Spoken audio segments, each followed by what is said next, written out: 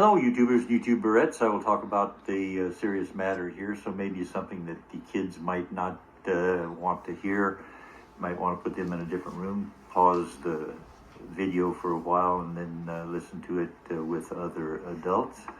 And I will be talking about my arrest record, and that happened back in the 1970s, what I'm going to be telling you about. And it seems there's some people asking questions now on the internet about me, so might as well clear that up. I lived in Las Vegas, and one day in the 1970s, I rode in a vehicle from Las Vegas to Carson City. With me were 3 other people, and we rode to Nevada State Prison. That's in Carson City. Carson City is the capital city of Nevada. And when we got to the prison, there's an outside gate, and we drove into that. That's the Sallyport area, Sallyport, Sallyport area. And we were all searched, and the vehicle was searched, and we went on in the inside gate and went into the prison yard, and we had first thing we did is we ate with the prisoners. There was a big lunch, and we sat down with the prisoners and ate whatever they happened to have. I don't remember. But then we got back out into the prison yard, and we set up our drums and amplifiers and musical instruments. And we got the piano from wherever they kept it at the prison, and I did a show. The show was probably an hour and a half, maybe 2 hours. And then we left the prison the same day. We were there for probably 2 hours, and I drove home. That was in the early 1970s. Now, that was the only time I have ever been inside the walls of Nevada State Prison. That's the only time it happened. I did a show there. It was a fabulous show. We got some of the convicts up to perform with us in our band, and I wish we'd had video cameras back in those days, but we did not. So it is just a fond memory in the minds of the few people who might remember that show. Now, about 1977, I became involved with the court system once again. I was arrested. I was tried, I was convicted by a jury, and I was sentenced. And the sentence was life in prison. And the sentence was life in prison. And the sentence was life in prison. Three lives in prison. I regret that I have but one life to give for this video, but the charge, there is a law, 201.190 Nevada statute, there is a law about public decency. You're not supposed to have intimate relationships with other people in public. 201.190, commission of certain sexual acts in public. I'm reading off the screen here. But in 1977, 201.190 read differently. I helped get it changed. I was in court more than 50 times, and I did write either writs or motions. I can't remember now because it's been a long time ago, but I wrote either some writs or some motions, and I got consideration by Nevada Supreme Court, and I would always talk about the vagueness of the 201.190. What 201.190 was in 1977, and again, if you have an attorney, have them check it up, but make sure they look at the 1977 description of infamous crime against nature. and it is written very specifically, the, T-H-E, singular, one only. The infamous crime, without an S on the end. It's a singular event that is illegal, the infamous crime against nature. I was charged with that, and what it is, anything that they want it to be, and I'm talking about the prosecution, the district attorney's office. If a police officer didn't like you, they could charge you with infamous crime against nature. If you had any sort of sexual contact with anyone other than a man and a woman who were married to each other, anything else was considered infamous crime against nature. And without getting into details, I will say that there was a trial, and the witness against me, and he was over 18 years of age, the witness against me admitted on the witness stand that he was lying when my attorney cross-examined him about certain errors in what he had said and used as his statement in court. He admitted that he was getting 2 felonies dropped. He'd been held in jail until he would testify against me, and he'd get 2 felonies dropped. So they said to the jury, the prosecutor, when they made their closing statement, said something to the effect that, hold on 1 second. I will turn that off, and we'll forget about that. The person who had been on the stand, who was the only witness against me, said some things that when he was cross-examined, he said, "Oh yeah, that's right, that didn't happen." He did admit that the thing he talked about had not happened. The jury was told that by the prosecution that he was telling the truth, and he didn't get anything wrong. Anyway, I was found guilty by a jury. Now, the judge in the case was an interesting person, and I'm pretty sure, without anything having been said at the time, I'm sure he saw that the jury had reached a conclusion, just because it's sort of like when you point a finger at someone and accuse them of something, some people believe it. So the result of the trial was that I was convicted.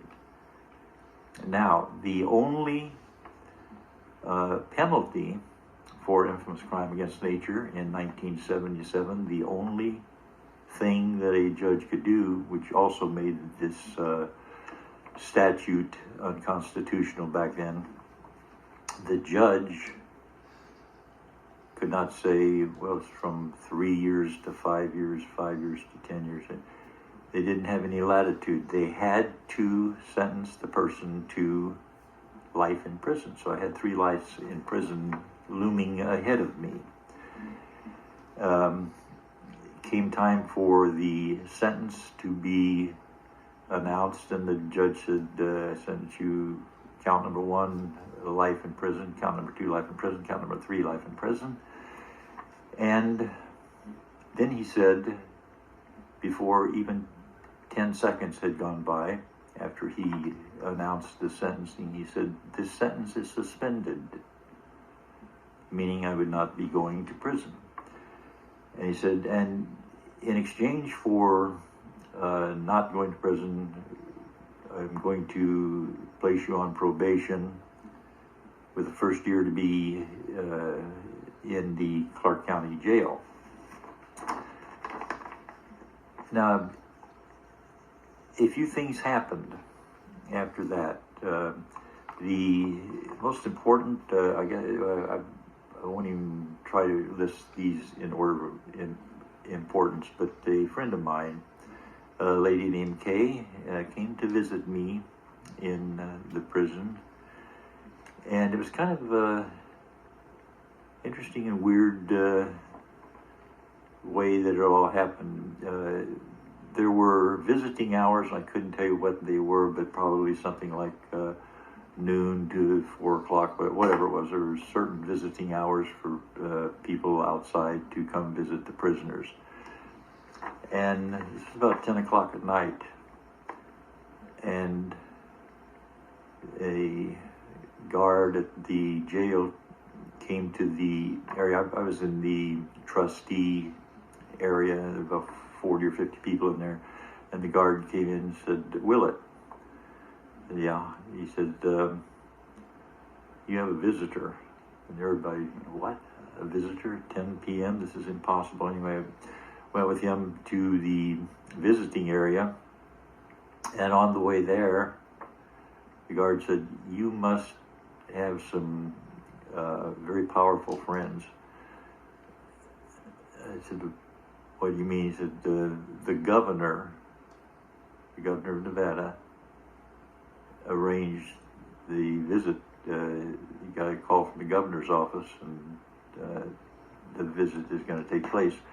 So I went and had a meeting with Kay, and we talked a little bit. She was a friend of mine, and knew her for many years, and I won't get too distracted here. We'll focus on the legal matters. Kay made some suggestions, and we planned some things, and we went into court for the sentencing. There was a stack of letters asking for leniency, and a whole bunch of things were going on. And somehow or other, at Clark County Jail, they had books and magazines for the prisoners to read, but we were not allowed any law books. And I was writing writs already without knowing what I was doing. I was going ahead and doing it because I had enough information about how to do it. But a Reader's Digest magazine came into the place where I was with the trustees, and I started reading the Reader's Digest. Used to have some good stories, and one of the stories was about Ex parte Milligan, EXPARTE MILLIGAN, Ex parte Milligan. You can look it up. It has to do with due process, and I realized after reading it that the judge did not have the authority to place me in jail as a condition of probation, and the reason being, it's not in the law of Nevada. The law of Nevada said when a person commits the infamous crime against nature, they shall be sentenced to prison for life. That's the only, and there was no description of what an infamous crime against nature was. Anyway, the result of my reading that, I wrote a writ or a motion, and I asked to be sent back down. This is after he had ruled on the sentence and placed me in prison for life, supposedly, but with the first year being on probation in Clark County Jail. And so I got myself back into court, and they brought in my attorney, and there was the prosecutor, and the judge says, "Mr. Willett, I have your document here where you want to challenge my authority to place you in Clark County Jail for 1 year." He said, "But before I rule on this, I think it would be good for you to listen to a writ or motion that the deputy district attorney wants to submit." I said, "Fine." And so the deputy district attorney said, we asked for the release of Tom Willett, and what the heck is going on? And he talked about what a great model president, which I'm no more great than the next person. But yeah, this is the district attorney. This is the person who's supposed to be coming after me, and he's asking for my release. And it dawned on me, I realized what had happened. I happened to step on a nerve when I talked about how the judge does not have the authority, because there were a whole bunch of people in Clark County Jail who were spending their first year of probation inside the Clark County Jail, and they would all have to be released if the judge ruled in my favor. Now, if he did not rule in my favor, I would go to the Nevada Supreme Court. They knew that, and I would have won. There are many people that I want to thank, but anyway, I was released, and I never had any more problems with that. Now there's a YouTube attorney wannabe who thinks that something had happened 45 years. Is there anyone else out there who's got 45 years of a clean record and I haven't sneezed in public or anything? I mean, let's be sensible about this. 201.190 was an unconstitutional law. I helped get it changed. They charged me with a crime that had only one punishment, infamous crime against nature. Anyone who commits that shall be sentenced to life. And you can look at, and again, if you have an attorney friend who has access to 1977 law books, get them to take a look at this. Ask them, is this constitutional when you have a vague supposed law, a statute on the books, and it says you can't do whatever I think is a crime. Even if you didn't do it, it doesn't matter if I think you did it. That's about all. I will thank some people. The Hull family, H-U-L-L, the Baker family, B-A-K-E-R. Let me make sure I get all of them here. I'm reading the wrong page here. Anyway, the Bakers, the Hulls, the Bannermans, Judge J. Charles Thompson, I don't know if he's still alive or not, I hope he is. And who else am I forgetting? I know I'm forgetting a lot of people, but my experience at Nevada State Prison, they had good food for me, they treated me nicely, the prisoners were nice. I have no bad memories of any of the experiences I've had. And I'm happy to be at YouTube and let your friends know about the video and let them watch it too.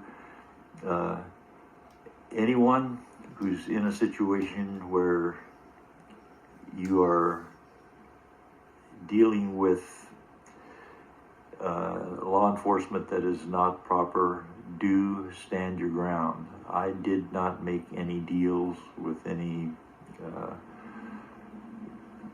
police or district attorney or anyone.